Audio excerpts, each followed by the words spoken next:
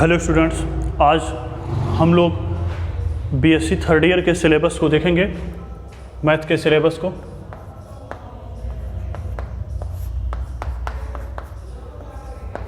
BSc third year में आपका सिर्फ दो पेपर, आपका अगर सब्जेक्ट देखेंगे तो सिर्फ दो सब्जेक्ट होता है। आप का भी जो भी कॉम्बिनेशन पढ़ना चाहें, चाहे मैथ फिजिक्स पढ़ना चाहें, चाहे मैथ केमिस्ट्री या फिजिक्स केमिस्ट्री, मैथ और या उसके अलावा कोई और, तो दो आपका होता है, दो सब्जेक्ट केवल। और आपका जो मैथ का सिलेबस है उसमें कुल मैथ के आपको जो पेपर पढ़ने हैं वो कुल 4 पेपर पढ़ने हैं। पहला पेपर आपका है रियल एनालिसिस, दूसरा है आपका कॉम्प्लेक्स एनालिसिस, जिसको हम लोग शुरू करेंगे रियल एनालिसिस, और दूसरा है कॉम्प्लेक्स एनालिसिस। तीसरा है न्यूमेरिकल एनालिसिस, सिर्फ न्यूमेरिकल है, अभी 23 को जिसका पेपर हुआ न्यूमेरिकल एनालिसिस। सारा क्वेश्चन आपके नोट से ही आया था इसमें। Numerical analysis and programming in C.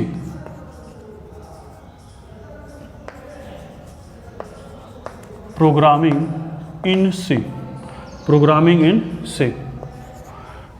In C. और ये चौथा पेपर आपका ऑप्शनल है, इसके बारे में भी बाद में बात करते हैं थोड़ा सा। रियल एनालिसिस है क्योंकि मैथ का पेपर आपका 300 का होगा, फिजिक्स लेंगे तो फिजिक्स का 300 होगा, या केमिस्ट्री लेंगे तो केमिस्ट्री का 300 होगा। तो 300 और 300 टोटल मार्किंग आपका 600 ही होता है। तो ये पहला पेपर आपका होता है 75 का, दूसरा पेपर भी 75 का, चारों होते हैं आपके 75 × 4 आपका 300, चारों पेपर आपके होते हैं। ये होता है 75 का, जिसमें 50 का आपका ये होता है सब्जेक्ट का पेपर, और इसका होता है प्रैक्टिकल प्रोग्रामिंग इन सी का। तो ये होता है 50 + 25, पेपर 50 का होगा, ठीक है। और जो प्रैक्टिकल होगा आपका 25 नंबर का होगा प्रोग्रामिंग इन सी में, और इसमें आपका यह भी आपका 75 नंबर का होता है। ये ऑप्शनल पेपर है। ऑप्शनल का मतलब इसमें 4-5 पेपर हैं, कोई एक पढ़ना होता है उसमें से। इसमें कुल 4-5 हैं, कोई एक पढ़ेंगे, ठीक है। तो सबसे पहले पेपर का नाम रियल एनालिसिस, दूसरे का नाम कॉम्प्लेक्स एनालिसिस, तीसरे का नाम numerical analysis and programming in C. सारे पेपर 75 नंबर के, टोटल कितने का? 300 का। आइए कुछ सिलेबस देख लेते हैं, रियल एनालिसिस का, कॉम्प्लेक्स एनालिसिस का, न्यूमेरिकल एनालिसिस का। इसके बाद फिर इस पेपर के बारे में बात करते हैं, और इसमें आपके ढेर सारे पेपर्स होते हैं। अभी देख लीजिए, सबसे पहला पेपर आपका होता है लीनियर प्रोग्रामिंग प्रॉब्लम। आप एक रेखीय प्रोग्रामिंग पढ़े होंगे, या रेखीय प्रक्रमण नाम से एक चैप्टर पढ़े होंगे क्लास 12th में, जहाँ पर वो ख़त्म, मतलब थोड़ा सा पढ़े थे, 4-5 पेज का चैप्टर था। यहाँ पर पढ़ेंगे, ये पूरी बुक है। चाहे ये पढ़िए, चाहे डीजी पढ़िए, डीजी लीनियर प्रोग्रामिंग प्रॉब्लम, ये लीनियर प्रोग्रामिंग है, ठीक है। एलपी ही कह सकते हैं, पहले चैप्टर का नाम एलपीपी है, linear programming problem. DG differential geometry and tensor, तीसरा डिस्क्रीट मैथमेटिक्स, चौथा मैथमेटिकल स्टैटिक्स, मैथमेटिकल स्टैटिक्स। तो आपके यहाँ जो चलता है वो सिर्फ इन्हीं दोनों पेपर में से कोई एक पेपर पढ़ना होता है, लीनियर प्रोग्रामिंग और डीजी में से कोई एक। ये सब आपके यहाँ नहीं चलता, न तो डिस्क्रीट और न ही आपका मैथमेटिकल स्टैट। और ये जो लीनियर प्रोग्रामिंग और डीजी है, इन्हीं दोनों में से कोई एक पेपर आपको पढ़ना पड़ेगा, चाहे जो आप पढ़ सकते हैं। और रही बात कि आप यहाँ पर क्या पढ़ते हैं, तो यहाँ पर इन दोनों में ये ट्रेडिशनल पेपर है, मतलब आज तक जैसा हमने मैथ पढ़ा है वो डिफरेंशियल ज्योमेट्री और टेंसर में है। लेकिन लीनियर प्रोग्रामिंग ऐसा मैथ है जो आज तक आपने उस प्रकार का, उस टाइप का मैथ पढ़ा ही नहीं है। उस टाइप के मैथ को हम पढ़ते हैं लीनियर प्रोग्रामिंग में, ठीक है। तो आगे फिर हम लोग इसको डिस्कस करते हैं अभी सिलेबस इसके बारे में। इसमें से कोई एक पढ़ना होता है, इतने में से, और आपके यहाँ ये 2 अवेलेबल होता है, और इनमें से कोई एक पढ़ेंगे। तो हम लोग, मेरा फोकस, मतलब आप लोगों का फोकस मेन होना चाहिए लीनियर प्रोग्रामिंग पे। और लीनियर प्रोग्रामिंग, ये डीजी जो है वो आपका एकदम ट्रेडिशनल पेपर है, जैसा आप पिछले रियल एनालिसिस पढ़े थे, कर्व के लिए बस उसमें गासियन कर्व, गासियन क्वाड्रेटिक, ये सब पढ़ते हैं। और टेंसर है, जैसे वेक्टर स्केलर के बाद तीसरी क्वांटिटी टेंसर आ जाती है, कोवेरिएंट, कंट्रावेरिएंट, मिक्स्ड वेरिएंट, और यही सब है। तो लीनियर प्रोग्रामिंग ये हम पढ़ेंगे, इसको भी इसका यूज बताते हैं थोड़ा सा। यहाँ पर आते हैं री एनालिसिस में। सबसे पहले चैप्टर का नाम है axiomatic study of real number, axiomatic study of real number, of axiomatic study of real number are. ठीक है, रियल नंबर आर के बारे में स्टडी करते हैं, मतलब दो वास्तविक संख्याओं के बीच में कितनी वास्तविक संख्याएं हो सकती हैं, दो परिमेय संख्याओं के बीच में कितनी परिमेय संख्याएं हो सकती हैं, ये सब हम पढ़ते हैं। उस पर बेस्ड एक्जियम्स पढ़ते हैं। एक थ्योरम होता है, एक एक्जियम होता है। थ्योरम वह स्टेटमेंट होते हैं जिसे हम प्रूफ करते हैं, और एक्जियम्स वह स्टेटमेंट होते हैं जिन्हें कभी भी प्रूफ की ज़रूरत नहीं होती है, जिन्हें कभी भी प्रूफ की ज़रूरत नहीं होती है, जिन्हें हम मान लेते हैं कि ऑलरेडी प्रूफ्ड हैं। Axiomatic study of real number. दूसरा पढ़ते हैं, दूसरे में ओपन एंड क्लोज्ड सेट,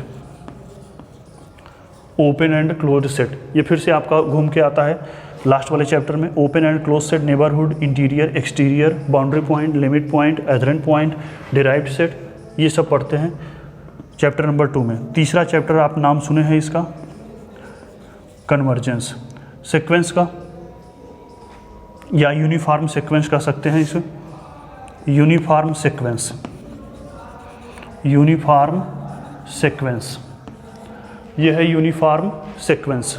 और इसके बाद आपका है लिमिट कॉन्टिन्यूटी, लिमिट कॉन्टिन्यूटी, और कितने वेरिएबल का, 2 वेरिएबल का, 2 वेरिएबल का लिमिट कॉन्टिन्यूटी पढ़ना है। कितने वेरिएबल का पढ़ना है, 2 वेरिएबल का पढ़ना है। इसके बाद 5वां जो चैप्टर है वो पढ़ना है आपको मैक्सिमा मिनिमा। देखिए सीक्वेंस, यूनिफॉर्म सीक्वेंस, ये फर्स्ट ईयर में पढ़े हैं, ठीक है, फर्स्ट ईयर वाला पहले पढ़ना है, फिर यहाँ वाला पढ़ना है। फिर लिमिट कॉन्टिन्यूटी वहाँ पर पढ़े जो हैं, फर्स्ट ईयर में पढ़े हैं 1 वेरिएबल के लिए, और यहाँ पर कितने वेरिएबल के लिए पढ़ना है, 2 वेरिएबल के लिए। लीजिए जो चैप्टर आप 12 से पढ़ते हैं वो पूरा वहाँ यहाँ आ गया है, maxima and minima, maxima and minima. और यह आपका चैप्टर ऐसा है कि यहाँ पर मैक्सिमा मिनिमा आपका 1 वेरिएबल वाला यूज होगा, इसमें 2 वेरिएबल वाला भी है और 3 वेरिएबल वाला भी है, और इसके साथ साथ लैग्रेंजेस मल्टीप्लायर मेथड भी है। इसके बाद 6वां चैप्टर है आपका इम्प्रॉपर इंटीग्रल, रीमान इंटीग्रल और इम्प्रॉपर इंटीग्रल है। तो सबसे पहले रीमान इंटीग्रल है, फिर उसके बाद इम्प्रॉपर इंटीग्रल है, तो क्रम से कोई दिक्कत नहीं है। रीमान इंटीग्रल है, फिर इम्प्रॉपर इंटीग्रल, और उसके बाद फिर आपका है इंटीग्रलाइज फंक्शन ऑफ पैरामीटर, और उसके बाद है मेट्रिक स्पेस। कुल मिला के 8-9 चैप्टर हैं मेट्रिक स्पेस। अब इतना तो आप पहले ही इतने के बारे में पहले से पढ़ चुके हैं, और ये मैक्सिमम मिनिमम पूरा का पूरा बीएससी फर्स्ट ईयर वाला है, ठीक है। लिमिट कॉन्टिन्यूटी 2 वेरिएबल के लिए पढ़ना है। सीक्वेंस में जो शुरुआत का पढ़ना है 30-40% वो बीएससी फर्स्ट ईयर वाला पढ़ना है। रीमान इंटीग्रल, इम्प्रॉपर इंटीग्रल और मेट्रिक स्पेस, और मेट्रिक स्पेस में फिर से ये वाला चैप्टर आ जाता है ओपन एंड क्लोज सेट। इसके बारे में भी हमें यहाँ फिर से पढ़ना पड़ता है, तो हम लोग यहाँ पर इतने अच्छे से पढ़ेंगे कि यहाँ पर हमें फिर सिर्फ इसका यूज़ करना पड़ेगा, ठीक है। तो ये आपका है सिलेबस फर्स्ट पेपर का। इतने चैप्टर कुल मिला के 8-9 चैप्टर्स हैं आपको जो पढ़ने हैं फर्स्ट पेपर में। इसके बाद हम लोग आते हैं सेकंड पेपर में, और उसमें देखते हैं कि कितने चैप्टर्स हैं और क्या क्या पढ़ना है आपको। तो सेकंड पेपर में आप आसान है एकदम, सिर्फ और सिर्फ कैलकुलेशन है, ठीक है। आइए देखते हैं सेकंड पेपर में पहला चैप्टर है आपका एनालिटिक फंक्शन। सबसे पहले तो कॉम्प्लेक्स नंबर के बारे में पढ़ना है। कॉम्प्लेक्स एनालिसिस है, तो ये रियल एनालिसिस है, कुल रियल नंबर के लिए पढ़ना था। ये कॉम्प्लेक्स एनालिसिस है, तो कॉम्प्लेक्स नंबर का टर्म आएगा, ये एफ जेड बराबर यू प्लस आई भाई, ये एफ जेड बराबर यू प्लस आई भी लिखेंगे, ये एफ जेड बराबर यू प्लस आई भी, और जेड बराबर क्या लिखते हैं, एक्स प्लस आई वाई, ये लिखते हैं। तो सबसे पहले पहले क्या पढ़ते हैं, कॉम्प्लेक्स नंबर है। तो कॉम्प्लेक्स नंबर आप 12th में पढ़ चुके हैं, वो बेसिक है, वो सिर्फ बेसिक के लिए दिया है, जिससे कुछ इंट्रोडक्शन करके आपका। तो आपका main syllabus BSc third year का शुरू होता है एनालिटिक फंक्शन, यहीं से हम लोग इसको शुरुआत करेंगे कल से। एनालिटिक फंक्शन सबसे पहला चैप्टर। दूसरा आपका होता है कॉम्प्लेक्स इंटीग्रेशन, कॉम्प्लेक्स इंटीग्रेशन, इसमें भी कुल 8-9 चैप्टर हैं कॉम्प्लेक्स इंटीग्रेशन। और तीसरा चैप्टर है आपका conformal mapping, conformal mapping, conformal mapping. और इसके बाद है पावर सीरीज, पावर सीरीज। और इसके बाद आपका है सिंगुलरिटी है, सिंगुलरिटी है। और फिर कैलकुलस ऑफ रेजिड्यू है, कैलकुलस ऑफ रेजिड्यू है। फिर रोज थ्योरम है, रोज थ्योरम, और उसके बाद लास्ट चैप्टर है एनालिटिक कंटिन्यूएशन। Analytic continuation. तो कुल मिला के आपका 1 2 3 4 5 6 7 8 चैप्टर इसमें है। किसी बुक में देखेंगे तो एक आध दो चैप्टर एक ही में कर दिया है, तो उससे चैप्टर की संख्या कम हो गई, किसी में चैप्टर्स को ब्रेक करके ज़्यादा कर दिया है। तो कुल मिला के इतने आपके चैप्टर्स हैं, 8 या 9 चैप्टर्स इसमें भी पढ़ने हैं। मेन आपका जो है यही है, एनालिटिक फंक्शन यहीं से शुरुआत करेंगे हम लोग। नेक्स्ट आपका क्लास में analytic function, complex integration, conformal mapping, power series, singularity, calculus of residue, Rouche theorem और एनालिटिक कंटिन्यूएशन। बहुत आसान है, पूरा पे आपका मैथमेटिकल है, सिर्फ और सिर्फ कैलकुलेशन है। यहाँ पर जैसे ये रोज थ्योरम लिख दिया गया तो थ्योरम भले है, लेकिन यह भी सिर्फ और सिर्फ एक कैलकुलेशन ही है, इसके अलावा इसमें कुछ और नहीं है, सिर्फ और सिर्फ आपका कैलकुलेशन है। अब इसके बाद हम लोग आ जाते हैं दूसरे वाले में। इसमें 50 का ये आपका इसका पूरा रिटन एग्जाम होता है और 25 का ये प्रैक्टिकल होता है, तो कुल मिला के 75 यह भी होता है। तो आइए इसके बारे में भी जान लेते हैं। इसमें सबसे पहले पढ़ना है आपको, बहुत ही आसान पेपर है और बहुत ही यूजफुल पेपर है। इसमें ये दोनों एक तरीके से ट्रेडिशनल पेपर हैं, ये और ये, लेकिन ये दोनों आपके एकदम ऐसे लगेगा कि हम एप्लीकेशन पढ़ रहे हैं, अपने मतलब डेली लाइफ में बेस्ड प्रॉब्लम का एप्लीकेशन पढ़ रहे हैं। तो न्यूमेरिकल एनालिसिस में आपको ऐसा ही मिलेगा, जैसे कोई डेटा दिया हो, उसके बीच का डेटा निकालना हो या उसके बाहर का डेटा निकालना हो, तो ऐसे तरीके हम पढ़ते हैं न्यूमेरिकल एनालिसिस में। ठीक है, बहुत आसान है, इसका नाम ही न्यूमेरिकल है, मतलब सिर्फ और सिर्फ कैलकुलेशन है, सिर्फ और सिर्फ कैलकुलेशन। इसमें थोड़ी सी थ्योरी है आपका, और इसमें आपका पूरा का पूरा सिर्फ कैलकुलेशन ही है। तो सबसे पहला चैप्टर है आपका कैलकुलस ऑफ फाइनाइट डिफरेंस। इसमें भी कुल आपका 9-10 चैप्टर है। Calculus of finite difference, calculus of finite difference पहला चैप्टर है। दूसरा है इंटरपोलेशन। यही इंटरपोलेशन टेक्निक होता है। ठीक है, इंटरपोलेशन यही टेक्निक होता है। जैसे मान लीजिए कि किसी प्रोडक्ट की संख्या आपका किसी प्रोडक्ट की संख्या 2010 में 20 है, 2013 में आपका मान लीजिए कि 22 है, और 2018 में मान लीजिए कुछ दूसरा है। तो अगर बीच का कोई पूछ दिया जाए कि 2014 का कितना होगा, तो उसको कैलकुलेट करने की टेक्निक हम लोग यहाँ पर पढ़ेंगे। इंटरपोलेशन विथ इक्वल इंटरवल, पहला है इक्वल इंटरवल के लिए, और इक्वल इंटरवल, और इंटरपोलेशन विथ अनइक्वल इंटरवल यहाँ पढ़ेंगे, मतलब जब बराबर ना हो। इसके बाद चैप्टर नंबर 4 पढ़ेंगे सेंट्रल डिफरेंस। उसके बाद चैप्टर नंबर 5 पढ़ेंगे न्यूमेरिकल डिफरेंशिएशन।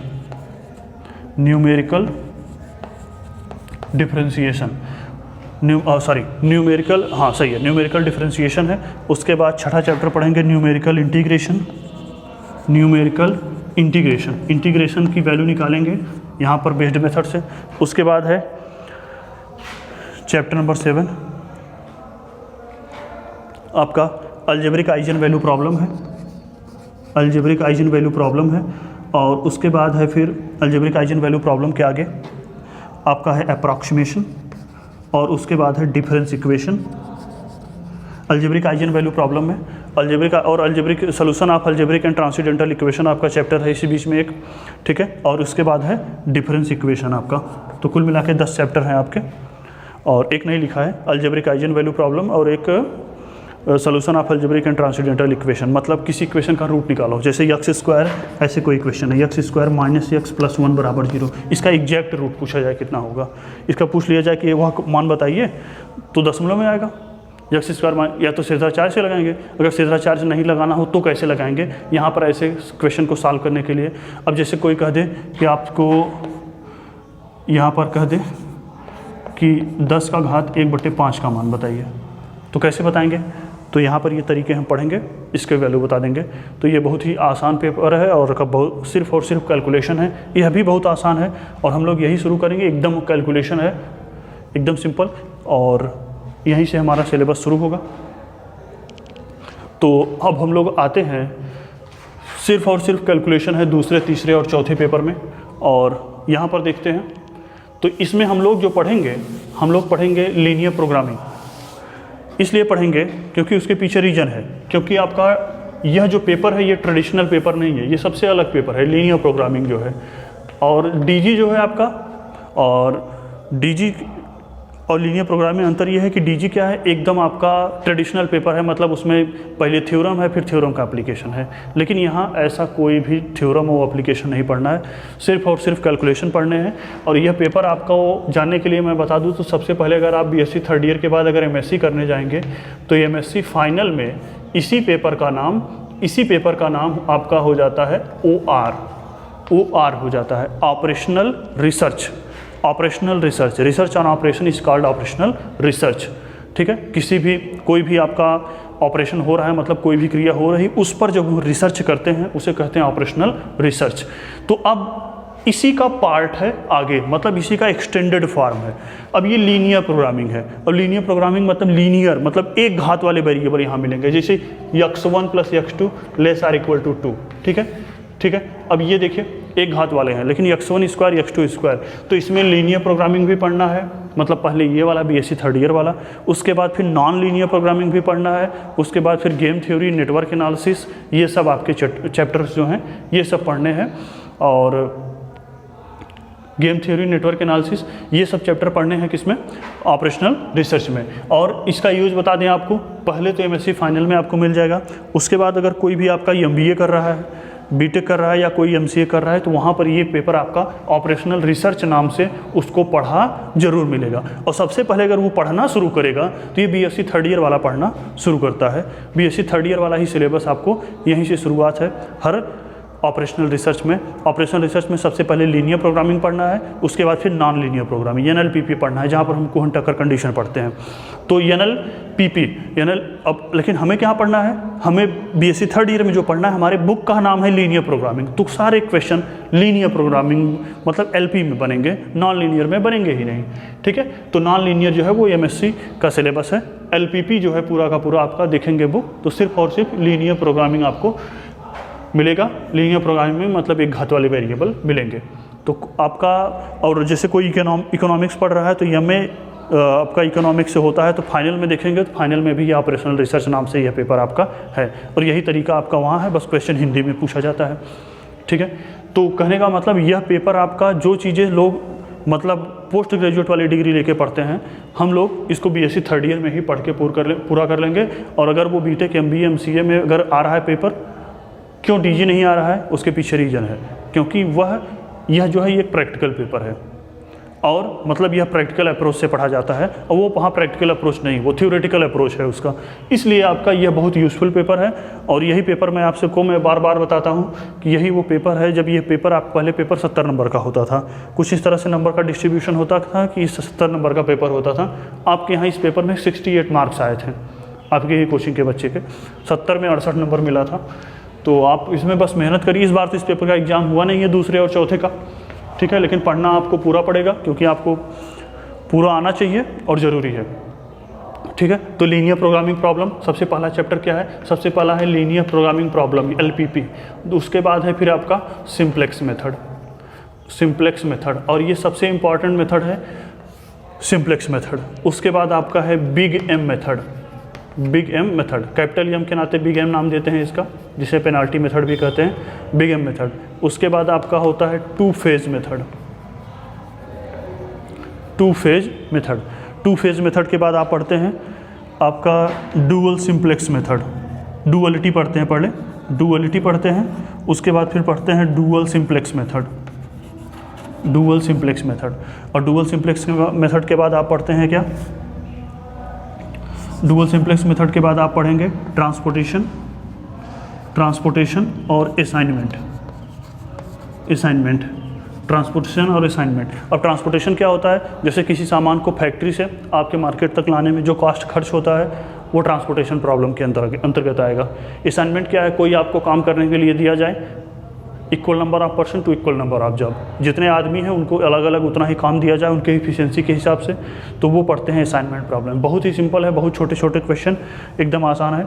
ठीक है, ट्रांसपोर्टेशन प्रॉब्लम, असाइनमेंट प्रॉब्लम। उसके बाद इसमें पढ़ते हैं आपका डुअल सिंप्लेक्स और डुअलिटी हो गया है। उसके बाद इसमें पढ़ते हैं सेंसिटिविटी एनालिसिस और ब्रांच एंड बाउंड मेथड। ये सब इतना पढ़ना है आपका किसमें, यहाँ पर। और ये जो है LPP जो शुरुआत है, ये है 12 वाले से ही शुरू करते हैं, इक्वेशन को कैसे सॉल्व करते हैं, ये सब लिखना समझना। ठीक है। यहाँ से भी आपका क्वेश्चन आता है, सिंप्लेक्स से भी आता है, बिग एम से आता है, टू फेस से आता है, डुअलिटी से आता है, डुअल सिंप्लेक्स से, ट्रांसपोर्टेशन से, असाइनमेंट से, हर एक टॉपिक से क्वेश्चन आता है सेक्शन बी में और सेक्शन सी में आपका। ठीक है। बीच में एक छोटा सा चैप्टर और है, कॉन्वेक्स सेट करके है, इसी में कॉन्वेक्स सेट। तो कुल मिला के 7-8 चैप्टर, ये सब एक एक चैप्टर के नाम है। एक ये मेथड पढ़े, एक चैप्टर खत्म हो गया। एक मेथड पढ़े, कम से कम 6-7-8 क्वेश्चन लगाएंगे, 2 क्वेश्चन लगाते लगाते 3 क्वेश्चन लगाते कॉन्सेप्ट क्लियर हो जाएगा आपका। ये आप इसको तब कंप्लीट कर लेंगे बहुत आसानी से। बहुत ही सिंपल पेपर है।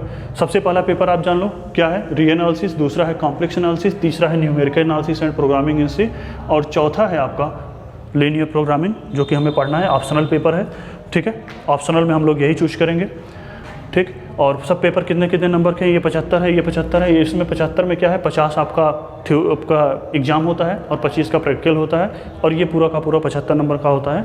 तो ये आपका इतना सिलेबस है। ये कंपलसरी पेपर है, पहला, दूसरा, तीसरा, ये कंपलसरी है, इसको आपको पढ़ना ही है। चौथे में आपके पास ऑप्शन होता है, जो 4 पेपर मैंने बताया उसमें से कोई एक पढ़ने के लिए। तो linear programming, operational research, discrete mathematics और मैथमेटिकल स्टैट, तो इसमें से कोई एक पढ़ना। तो हम लोग इसको पढ़ेंगे। इसका यूज़ मैंने बता दिया है आपका, बहुत ही आसान है और थोड़ा सा ये ट्रेडिशनल मैथ से हट के है, प्रैक्टिकल अप्रोच पर बेस्ड है। दूसरा और तीसरा ये आपका, ये थोड़ी सी इसमें थ्योरी है, बाकी इन सब में दूसरे, तीसरे, चौथे पेपर में कैलकुलेशन है। तो हम लोग थोड़ा सा कॉम्प्लेक्स नंबर अगर आप पढ़ेंगे, और तो हम लोग इसको शुरू करने वाले हैं, कॉम्प्लेक्स एनालिसिस को चैप्टर का 1 से शुरू करेंगे, सेकंड पेपर को चैप्टर 1 से। तो सेकंड पेपर आपका कॉम्प्लेक्स एनालिसिस नेक्स्ट लेक्चर में कल से आपका शुरू किया जाएगा, और क्लासेस अभी आपको यूट्यूब पर ही भेजा जाएगा। तो आप कॉम्प्लेक्स एनालिसिस को कल से हम लोग शुरू करते हैं। Thank you.